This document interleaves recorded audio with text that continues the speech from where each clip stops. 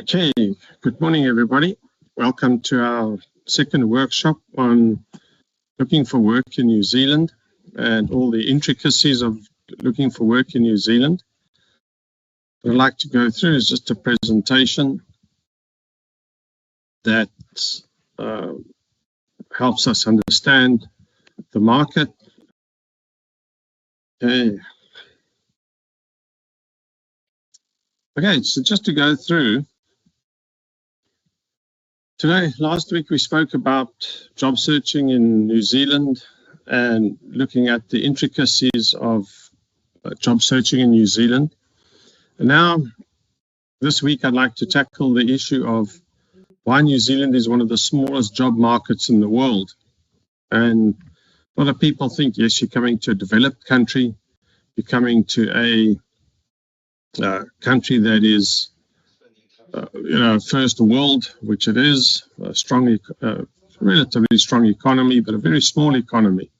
So what I'd like to go through today is just to show you the statistics of New Zealand, get you to get a better understanding of the market that you're approaching, and that you actually have to have quite a good strategy to come into the New Zealand market if you're coming job search. It's not a similar market to any other sort of large European, American type of job market. Now, so as you might know, I'm Peter. I'm from South Africa myself, as a migrant 9 years ago, coming into New Zealand. And I also thought that, yes, it's a new world economy, strong economy, got big corporates, big businesses, must be going well. And since then I've been here 10 years in New Zealand. I'm a mechanical engineer by background, and I have a BCom, so I had good qualifications coming here. And my work experience was around manufacturing. And with manufacturing, I've worked at all different levels. And why I do this job searching is I love helping people. I love helping them improve themselves. I love helping people become successful. And yeah, that is why I do what I do. I always go the extra mile normally for my clients. New Zealand's population is 5 million people. You'd think it's more, but it's 5 million people. And this is across the entire country. This includes children, retirees, students, and people who are not in the labor force. And in the end, there's only 2.3 million who work full-time in the actual country. Now, if you take this and you compare this to one of your cities like Johannesburg alone has 5 million people. So just in Johannesburg in South Africa is the whole population of New Zealand. London has almost 9 million people. So if you're looking at London, you can fit half of New Zealand, New Zealand into half of London. So it gives you a bit of perspective of how many people there are. And of that, of course, New Zealand's workforce is small. There's only 2.3 million people working full-time in the country.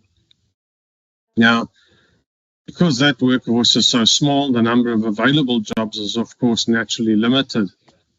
There are fewer vacancies, fewer large companies, fewer corporate structures, and fewer layers of management even in the country. Look at New Zealand, 5 million people. South Africa has 60 million people. UK has 67 million people. USA, 330 million people. So New Zealand's a very small population compared to other countries. Another problem here also is that fewer people leave. There are fewer vacancies. The staff turnover, I find, is average. It's people sort of can leave their jobs relatively easy, but they tend to stay longer in the same roles. They stay there for years. So,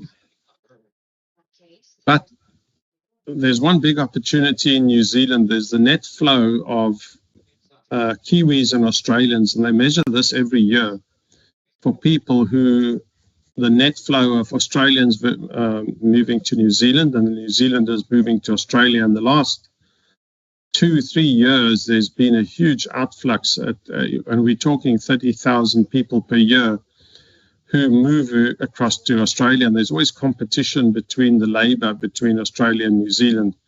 Australia started giving people bonuses to move to Australia. Sometimes it's for nurses, doctors, the police. They've been focusing on drawing out police in the last 2 years. And they sometimes offer them joining bonuses of $10,000 just to come and work in Australia. So there's constantly a flow. In the last 2-3 years, there's been a constant outflow of people. So that creates opportunity again for jobs in New Zealand. Why is this information that I've given you important? What I'm telling you is that you have to have a strategy.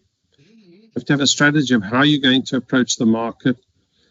You're going to have a strategy of how you're going to network your way in the market, as well as there's a hidden market we call it, and those are the jobs that are unadvertised. Those are the jobs that are sort of network your job into. And if you need, let's say, with a visa to get into the job, they will then advertise the job.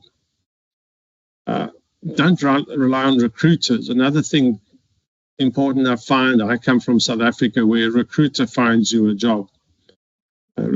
Recruiters here aren't that reliable on giving people, finding work, because you're what they call a hard sell, because they have to convince the company to hire you. The company has to become accredited in New Zealand, or must be accredited. Then it takes a month or two to get the job token and you to get your visa approved. And then you still got to travel with your family or yourself and fly across to New Zealand to come and settle and start your job. So it's normally a 2 or 3 month process. And that's where recruiters aren't they don't want to wait 3 months for their commission.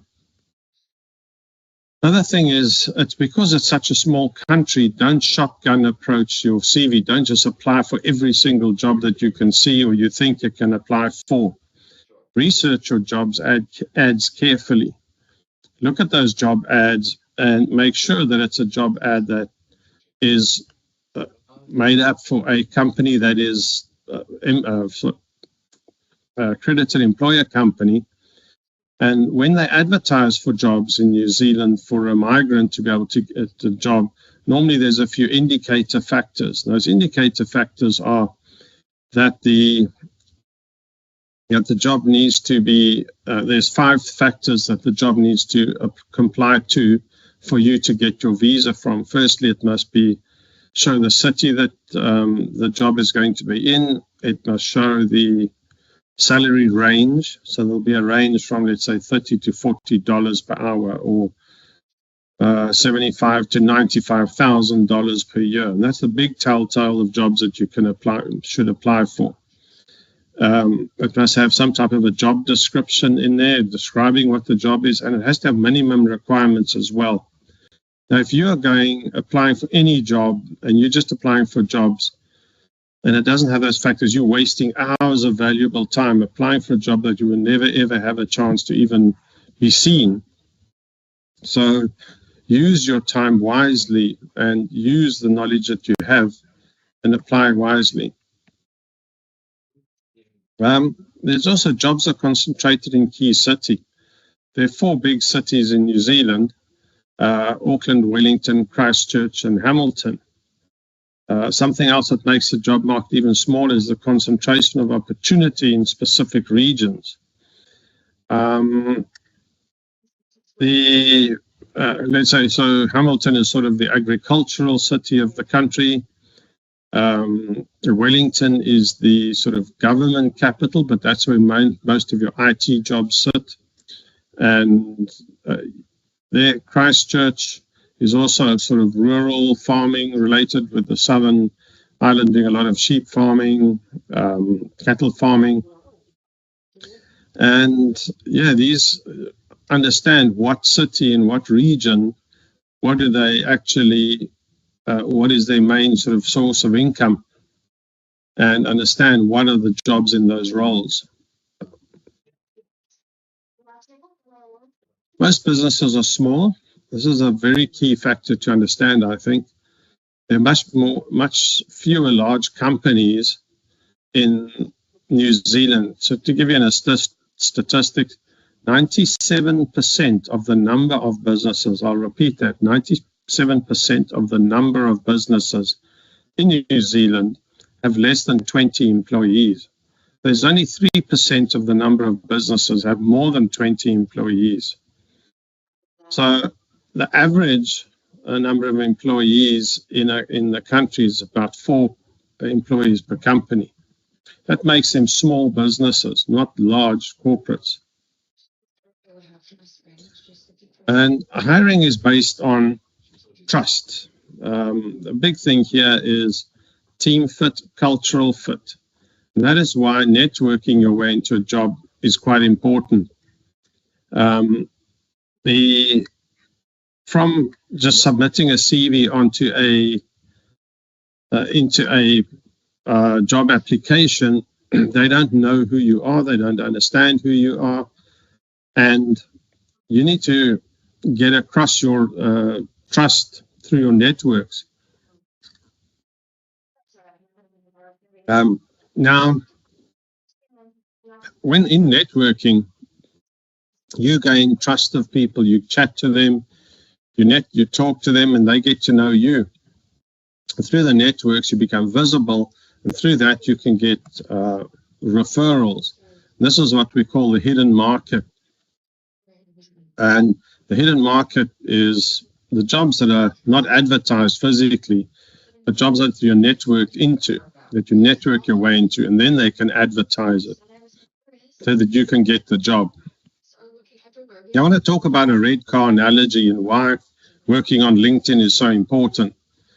I want to ask you the question, when you've been driving around today in the streets, how many red cars did you see?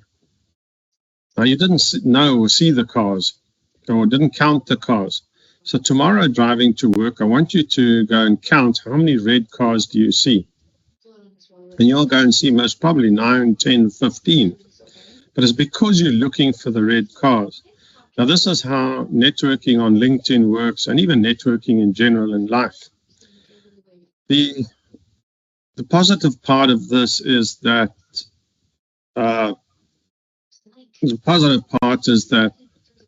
you've got to be in LinkedIn driving around in your car, in a red car, and you'll be just driving around and nobody will notice you until the day that somebody's looking for a red car. So that is like the job that you do, and you'll be driving around, and suddenly this person will notice, here's a red car driving past, and then they will start noticing you. And you can also approach them through emails and those kind of things. So, and why, a lot of times I find clients who go and have applied for 200-300 jobs already. And also why applying online fails. Too many applicants, of course. There's currently, when people apply for jobs, there's about 200-300 applicants for a job. Now, this is post-COVID. A lot of, employment numbers have gone up. And there are too many applicants, and then too few roles for all these applicants. And there's very high competition, and there's low visibility. So what you've got to be able to do is get yourself to become visible.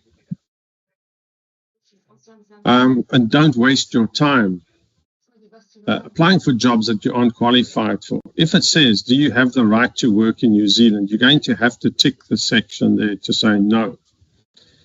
And then, as I said earlier, you've got to identify migrant jobs. And the biggest telltale on a migrant job is that it has a salary range. It'll give you, say to you, there's we pay between $70,000 and $80,000 or $90,000. This job is situated in Hamilton. This is sort of the duties you have to do. It won't give it specifically, but these are the duties you do. And these are the minimum requirements, and those could be 5 years experience, it could be a qualification you need, or knowledge of a specific program, or those type of things.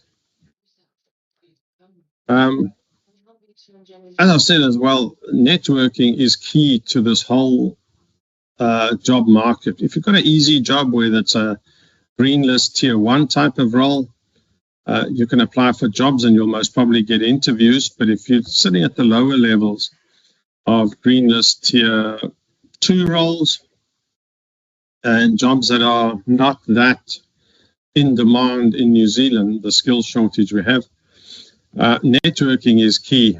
And this is where the LinkedIn networking modules come in. And you've got to start getting connected with people, have discussions with people, and you have to get to know the market, get to know the companies, get to know the people within the market, and chat to people, arrange discussions. Even if I'll shout you a cyber coffee. Shout means I'll buy you a cyber coffee. If you wouldn't mind giving me 15 minutes of your time, I just want to understand the culture in your company or the New Zealand market in these, Iran war times. Get points of discussion going.